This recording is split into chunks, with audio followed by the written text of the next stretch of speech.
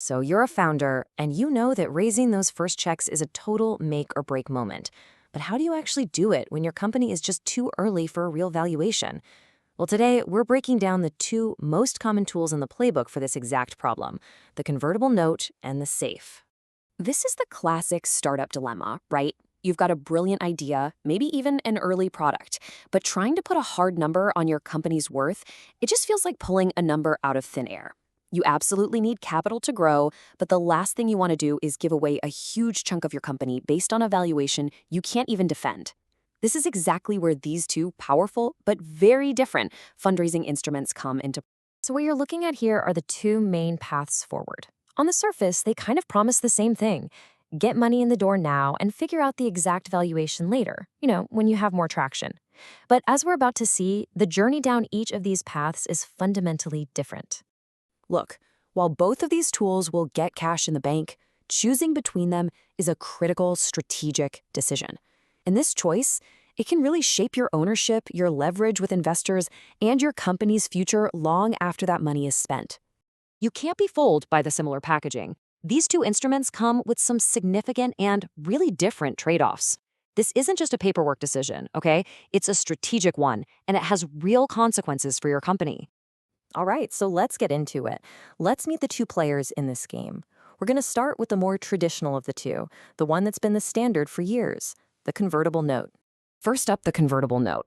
At its core, you got to remember one simple thing: it's a loan. That's it. An investor gives you money, and you promise to pay it back, or, much more commonly, you promise to convert that loan into shares of your company when you raise your next official or priced funding round. And, because it's a loan, it comes with loan-like terms. Of course it does. You've got an interest rate and a maturity date. Those are the basics. But the key terms for an early investor, the ones they really care about, are the valuation cap in the discount rate. Think of these as their reward for taking a big risk on you so early. The cap sets a maximum valuation for when their money converts, which protects their upside, and it basically ensures they get a better deal than the investors who come in later. Okay, now let's talk about the SAFE, which stands for Simple Agreement for Future Equity. And here's the absolute crucial difference. A SAFE is explicitly not a loan. It is not debt. It's simply a contract, a promise that an investor will get equity in your company at some future funding round. It was actually created by Y Combinator to be a simpler, founder-friendlier alternative to the note. And this is exactly why SAFEs have totally exploded in popularity. They basically strip out all those heavy loan-like features. So there's no interest ticking up in the background, and there's no maturity date, creating a ticking clock. It's fundraising, but simplified. It's designed for one thing: speed. Okay, so we've met the two players. Now let's put them head to head. This is where you can really see the fundamental differences, the things that are really going to impact you as a founder. This table really lays it all out, doesn't it? The core divide is crystal clear. A convertible note, is it debt? Yes. A SAFE? No. Does a note have a maturity date, a deadline? You bet.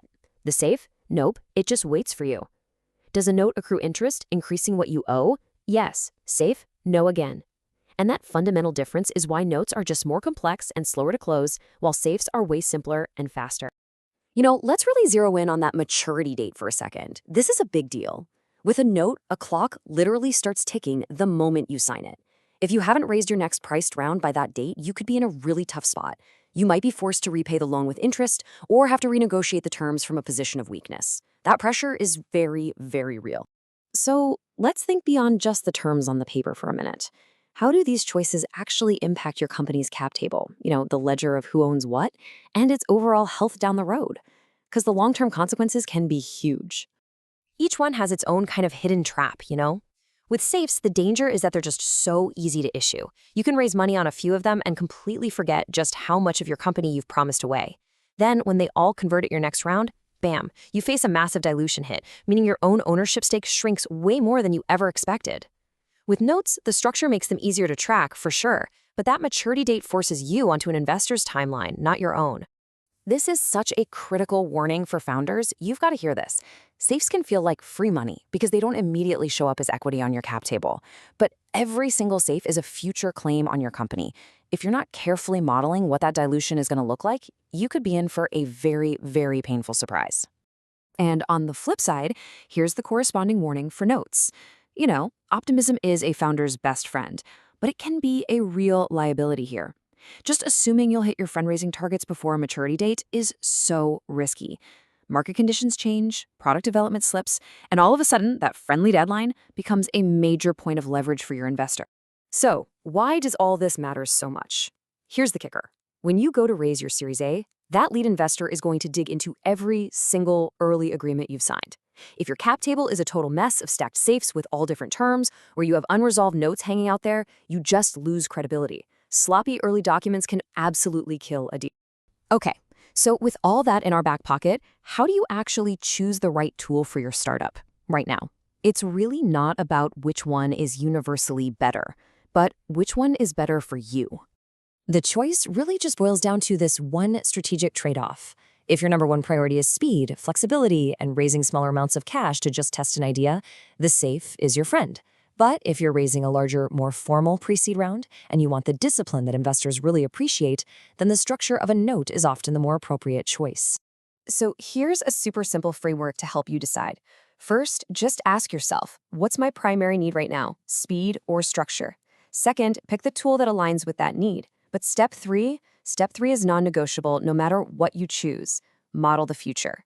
Use a spreadsheet, use a cap table tool, I don't care what you use, but track every single agreement and understand exactly what your company is going to look like after your next funding round. No surprises. So in the end, this is the question you really need to be asking yourself. It's not just about getting the lowest valuation cap or avoiding interest. It's about picking the instrument and the terms that set you up for long-term success. The smartest choice is always the one that lets you build your company and maintain control of your own destiny.